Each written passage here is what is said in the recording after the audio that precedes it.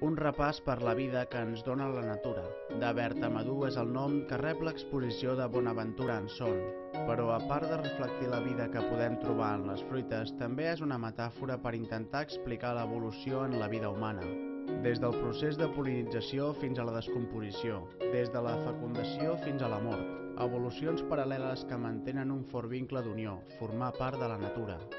Fundació Balbi organitza aquesta exposició en un moment que l'artista considera un fi de cicle. Una exposició que Anson pot organitzar després de tota la seva experiència de reflexionar sobre tot allò que ha viscut i d'observar de manera acurada com es comporta la naturalesa. El que sí que està a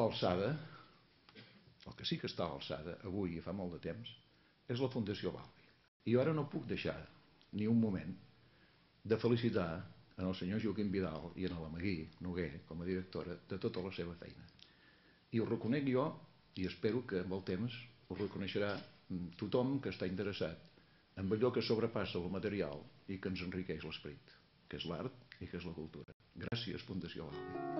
Aquesta exposició estarà oberta a tots els públics a la Fundació Balbi fins al proper 28 d'abril.